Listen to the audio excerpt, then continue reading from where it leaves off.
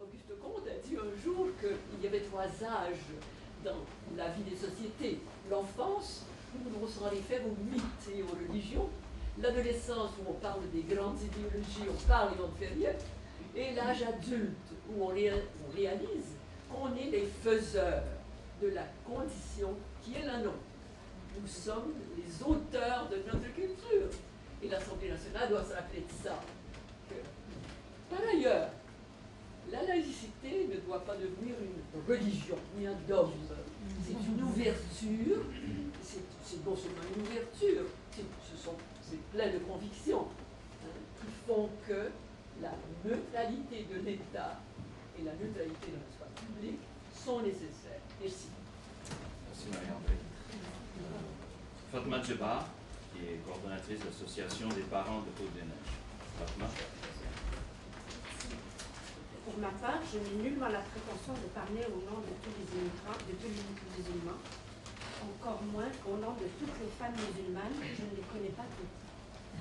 Laissez-moi tout de même vous dire qu'à chaque fois que le sujet des accommodements raisonnables apparaît sur la place publique, je suis en colère. En tant que citoyenne, algérienne d'origine, musulmane de naissance et québécoise d'adoption, je suis en colère. Je suis en colère parce qu'à chaque fois, je sens qu'on nous utilise, nous les immigrants, mais pas à bon escient. On ne nous utilise pas quand il s'agit de vrais problèmes et enjeux, qui sont la difficulté d'intégration et le manque d'égalité des chances pour les octrois d'emplois décents correspondant aux compétences de chacun. Je suis en colère parce qu'à chaque fois, je me sens acculée et me sens obligée de me justifier dans mon mode de vie et dans mon sentiment d'appartenance à la société québécoise en tant que musulmane de naissance. Je suis en colère parce que pour moi, statuer sur le port de signes religieux dans les institutions publiques aura pour effet de stigmatiser les femmes dans l'espace public. Et nous voulons tous leur permettre de ne pas être discriminés, n'est-ce pas? Pour moi, c'est exactement l'effet contraire qui va se produire. On les regardera bizarrement, mais on n'osera rien dire. Ça augmentera leur isolement, leur étrangeté et leur non-intégration au sein de la société québécoise. Ça les radicalisera. Je suis en colère parce qu'au Québec, nous sommes en train de banaliser les positions de l'islamisme radical qui, à chaque fois, grignote un peu plus de terrain en profitant de ce genre de débat. Je suis en colère parce que le danger est palpable et je le sens fort. Le danger de statuer sur le port du voile ou tout autre signe religieux dans l'espace public provoque nécessairement un renfermement sur soi, un repli identitaire de certains groupes minoritaires dans la société québécoise, une ghettoisation très défavorable aux femmes. Je suis en colère parce que je veux vivre autrement. L'immigration n'a pas été un choix pour moi, ni pour beaucoup d'immigrants d'ailleurs, mais le Québec, je l'ai choisi. D'abord pour la langue, ensuite pour des valeurs auxquelles j'adhère fortement, comme l'ouverture sur les autres, le sentiment d'égalité et de liberté. Je l'ai choisi pour la notion de vivre autrement, mais ensemble. Je suis en colère parce que statuer sur le port du voile empêchera ce frottement et ce mélange entre les femmes de toutes les cultures et religions. Ça nuira à leur appartenance, à la fratrie des femmes dans le Québec d'aujourd'hui. Je suis en colère parce que finalement, tous les arguments pris en compte à date, musulmanes soumises, discriminées, brimées dans leurs droits, etc., sont utilisés à mauvais escient. Parce qu'on regarde ces femmes immigrantes musulmanes comme non pas des égales, on les regarde comme des pauvres femmes à protéger. Je ne serai plus en colère le jour où le Québec offrira à chacun sa chance de s'épanouir et qu'il comprendra que la diversité est une richesse, que la religion, quelle qu'elle soit, est une croyance personnelle. Chacun la vit comme il veut, en toute liberté, sans nuire à l'autre. Et c'est ça le... Professeur de philosophie au Cégep du Vieux-Montréal. Ce n'est certes pas un hasard si aujourd'hui, réunis autour de cette table, nous sommes, à part Gilles, toutes des femmes québécoises de différentes origines, toutes féministes et laïques, ayant décidé de prendre la parole devant le Québec entier. pour dire à nos concitoyens et concitoyennes l'urgence et l'importance de débattre et de préciser la place que nous voulons accorder à la religion, ici même au Québec, dans notre société, afin de préserver les valeurs d'égalité entre les femmes et les hommes, ces valeurs qui sont chères à tous les Québécois et que nous avons acquises il y a à peine quelques décennies en se libérant de la tutelle d'un clergé catholique. C'est quasiment devenu un lieu commun que de dire combien les religions ont opprimé et oppriment toujours et encore les femmes.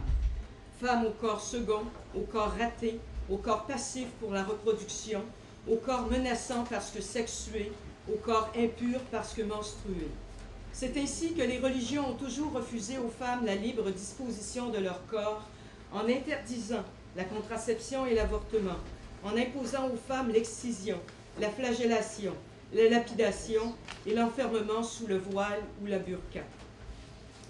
Rien ne fait chuter l'esprit de l'homme de son élévation autant que les caresses de la femme, disait Thomas d'Aquin.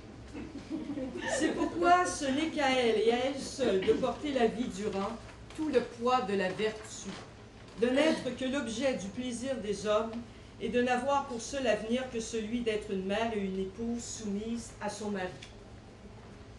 Ce n'est pas non plus un hasard si la révolution féministe, qui a transformé le Québec et, disons-le, contribué largement à sa modernisation, s'est produite au moment où l'Église a vu son emprise sur la vie des gens fondre petit à petit comme neige au soleil.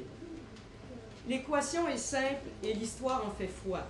Lorsque la religion domine l'espace public, les femmes, elles, dominent leur foyer et passent leur temps à faire des galettes.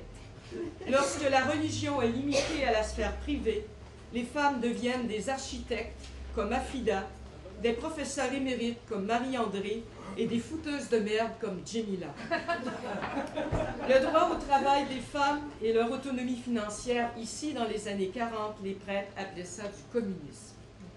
La laïcité que nous défendons est celle de la complète neutralité de l'État et de ses représentants.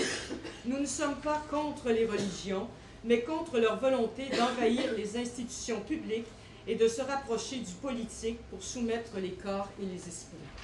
Nous souhaitons que Yahvé, Dieu ou Allah reste à la maison, dans le cœur ou la tête de chacun, pour que toutes les femmes d'ici puissent vivre librement, comme elles le méritent, à égalité avec tous ceux qu'elles ont mis au monde. L'égalité des sexes ne peut passer que par la laïcité. L'égalité des femmes et des hommes ne peut être garantie que par la laïcité. Pour préserver les acquis de la plus grande révolution de ce XXe siècle, la tranquille révolution féministe qui est incontestablement partout à travers le monde, la superbe bête noire de toutes les religions, une bête à la crinière sensuelle et magnifique, la bête à abattre, il va sans dire. Et c'est bien sûr ce qu'ont compris tous les intégrismes religieux qui aujourd'hui gagnent en force à l'échelle mondiale. Qu'ils soient juifs, protestants, catholiques, sikhs ou musulmans, les fondamentalismes ont tous compris que pour soumettre les hommes dans leur corps et dans leur esprit, il faut d'abord soumettre les femmes. Il y a quelques années, le Québec déconfessionnalisait ses écoles, amorçant ainsi un processus de laïcisation. Il est temps maintenant de terminer ce que nous avons commencé et de consolider par une charte de la laïcité, comme nous l'avons déjà fait avec notre langue, les valeurs fondamentales auxquelles nous sommes profondément attachés comme peuple, et de se donner un Québec qui, à défaut d'être libre, pourrait du moins être laïque. Merci. Bravo.